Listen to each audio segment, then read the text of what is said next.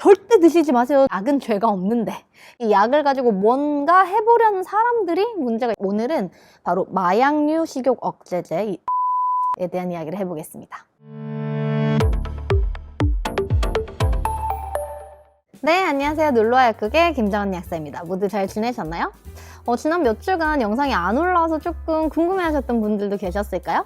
저는 개인적으로 좀 휴가 다녀오면서 리프레시도 좀 하고 우리 놀러와 약국 시즌2 기획하고 왔는데요. 조금 더 유익하고 알차고 재밌는 내용으로 꽉 찬 놀러와 약국 시즌2.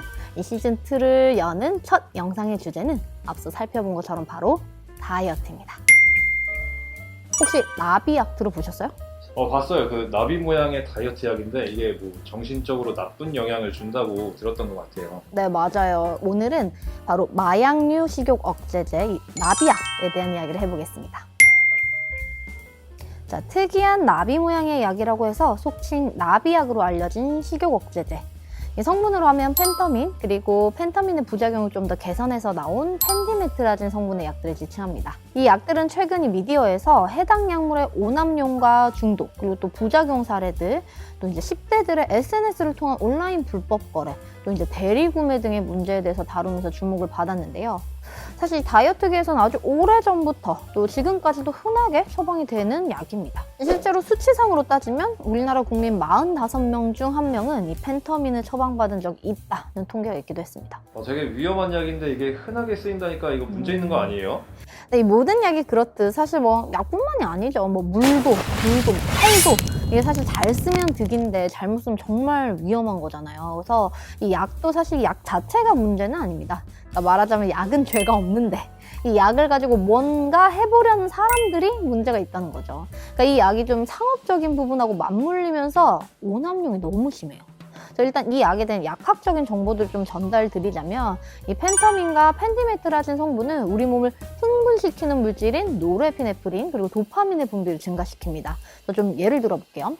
오늘 진짜 인생을 다 건 시험 당일이에요. 몇 년에 걸쳐서 내가 인간관계고 생겨보고 다 포기하고 완전 올인해가지고 준비한 시험을 치르는 중이에요. 내가 문제 다 풀었어. 이제 마킹만 하면 돼요. 심지어 잘 친 것 같아. 느낌 좋아.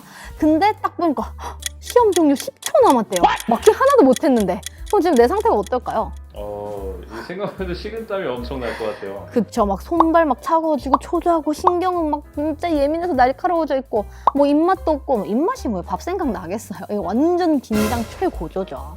자, 이런 원리로 두 성분들은 이 몸을 비상상태, 그러니까 긴장 상태로 계속 만들어서 배고픔을 좀 덜 느끼게 하고 포만감을 증가시키는 그런 역할을 통해서 비만 치료에 쓰이는 거예요. 그래서 이 약을 복용하고 나타날 수 있는 가장 흔한 부작용은 우리 이제 항상 몸을 긴장되고 흥분되고 이런 상태를 유지하게 만들다 보니까 잠이 오지 않고 예민해지고 또 가슴이 두근거리거나 입이 바싹바싹 마르는 그런 증상 나타날 수 있습니다. 또 이게 심한 경우에는 불안감이 증가하거나 이 맥박과 호흡이 빨라지면서 혈압이 상승하는 등의 이 심혈관계 증상도 나타날 수 있고요. 손을 좀 떨기도 하고 약간 도취감을 느낀다고 하시는 분들도 계십니다. 그런데 말입니다. 여기까지가 사실 가장 흔한 1단계 부작용이라는 사실.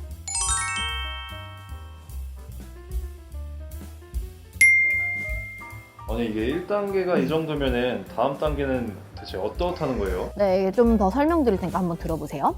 이 앞에서 말씀드린 펜터민과 이 펜디메트라진 성분의 약은 암페타민 계열의 약인데요. 혹시 메스암페타민 들어보셨나요? 낯선가요? 네, 바로 우리가 잘 알고 있는 마약 필로폰입니다. 그럼 이게 암페타민 계열의 약도 마약에 해당이 되는 건가요? 네, 이 약도 이 행정분류상 마약류인 향정신성 의약품에 해당됩니다. 이 환각 등을 일으키는 마약하고는 조금은 다르지만 중독성과 내성, 의존도가 있기 때문에 복용에 주의가 필요하죠. 그럼 아까 1단계 부작용이라고 말씀해 주셨는데 2, 3단계는 마약을 복용하면 나타나는 현상도 나타날 수가 있겠네요. 자, 2단계 부작용으로는 보통 말씀드리는 게 환청, 그리고 좀 자살 충동, 우울감 등이 나타납니다.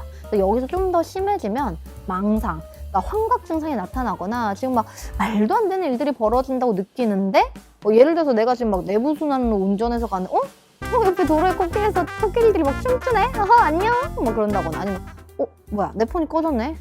역시 FBI에서 나를 감청하고 있는 것 같아. 아니면 신이 나를 선택했다 이런 것들 있잖아요. 근데 정작 본인은 이게 이상한 상황이라고 인지를 하지 못하는 거죠.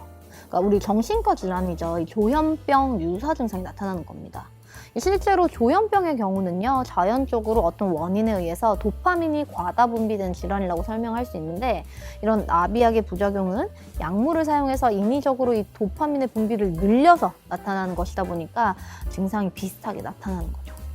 사실 이 부작용들이 실제로 뭐 겪어본 적은 없으니까 막 100% 이해가 가진 않는데, 약사님도 실제로 이런 부작용 나타나는 환자들이 많이 찾아오나요? 그래서 2단계 환청에 시달리는 분들은 몇몇 케이스 보긴 했는데, 이것도 이제 본인이 문제 있는 것 같아요 해서 스스로 오신 게 아니라 주변인들에 의해서 이제 오시는 경우들이 좀 있었어요. 그러니까 이상한 거죠. 막 주변에 아무도 없는데 막 대화를 하고 막 깔깔 웃고 싸우고 막 이러니까. 그리고 1단계 부작용 중에 뭐 예민해지거나 잠이 안 오고 입 마르는 증상 진짜 흔하게 나타나는 편이에요. 그래서 뭐 이 약들은 이제 복약지도 할 때 5시 이전에 복용하시는 걸 좀 보통 권장드리거든요. 이게 또 너무 늦게 먹으면 잠이 안 온다고 하시는 분들 많으셔서. 근데 이제 문제는 이 약들의 이런 내용을 미리 말씀드려도 부작용이 나타나면 환자분들이 그걸 해결하는 게 아니라 그냥 참고 드시는 분들이 많아요. 그럼 그분들은 부작용 증상을 생으로 그냥 계속 참는 거예요? 진짜 그냥 참으면서 드시는 분들도 있고, 이게 더 문제가 뭐냐면 그 부작용을 해결하려고 다른 약들을 더 처방받아 먹게 되는 거예요. 그러니까 예를 들어서 부작용으로 잠이 안 오잖아요. 그러니까 어떻게 해요? 스틸록스, 수면제 처방을 더 받아요.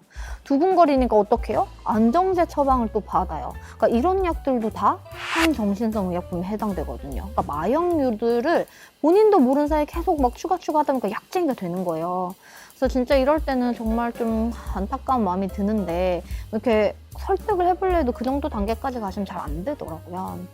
그리고 또 이게 1단계라고 해서 단순히 뭐 입이 마르고 두근거릴 정도가 아니라, 사실 이게 지속되면 실제로 본인이 뭐 1+1은 2, 뭐 이런 아주 간단한 암산도 안 되는 상황인데, 이 약 먹으면 좀 지능이 떨어질 수도 있어요. 이렇게 문의하셨던 분들도 있어요. 그래서 막 이게 근데 지능에 직접적으로 영향을 주진 않더라도 이렇게 계속 좀 막 불안하고 예민하게 만들고 잠도 못 자고 하니까 사람들이 집중력과 기억력이 떨어질 수밖에 없잖아요. 그러니까 당연히 일상생활에도 좀 문제를 일으킬 수 있으니까, 사실 지금 이게 당장에 그냥 입 좀 마르네 이런 가벼운 부작용일지라도 참고 드시면 안 된다고 꼭 말씀드리고 싶어요.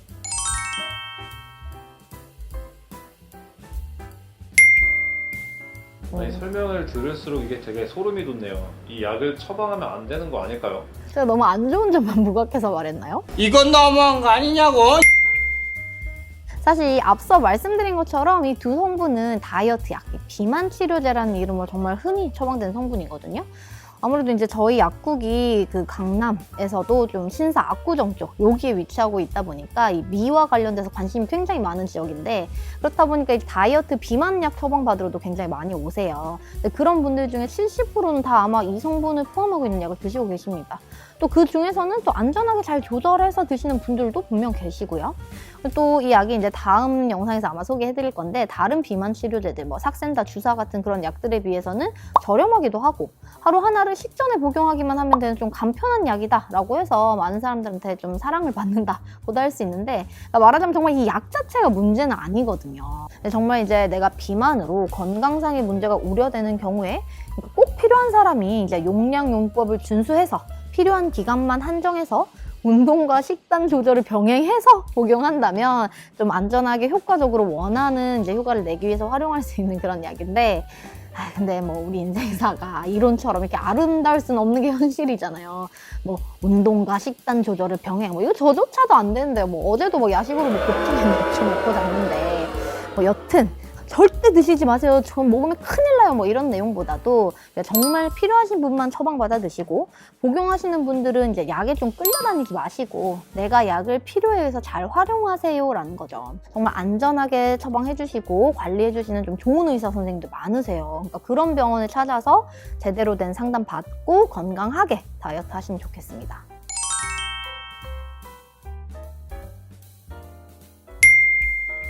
자, 개인적으로는 이제 주변인들한테 막 권할 약은 절대 아니라고 생각해요. 특히나 좀 평소 감정 기복이 심하거나 우울증 앓은 적이 있는 경우, 그리고 그런 경우 좀 심각한 부작용 나타날 가능성이 커지거든요.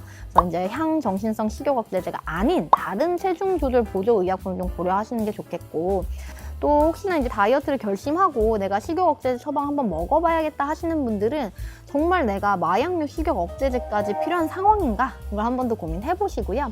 지금 내가 현재 해당 약을 혹시 복용하고 계신 분이라면 좀 심리적인 의존도가 높아지기 전에 여러 가지 안전장치들을 좀 잘 마련하셔서 안전하게 복용하시면 좋을 것 같습니다. 그 과정에서 도움이 필요하시다면 언제든지 댓글 남겨주시거나 가까운 약국의 약사님들과 상의해보시고요. 무엇보다도 좀 예쁘고 날씬한 것도 일단 정신 멀쩡하고 신체 건강하고 목숨 붙어 있을 때 의미가 있는 거잖아요. 네, 그럼 오늘 영상은 여기까지 하고요. 다음 시간에는 대한민국 다이어트계에 정말 한 획을 그은 정말 열풍 광풍을 몰고 왔던 바로 그 약, 너무너무 궁금해서 김약사도 한번 맞아봤던 바로 그 삭센다 주사에 대해서 한번 말씀드리도록 하겠습니다. 그럼 우리 단골 여러분들 구독과 좋아요 잊지 마시고요. 지금까지 김정은 약사였습니다. 오늘 더 건강하세요.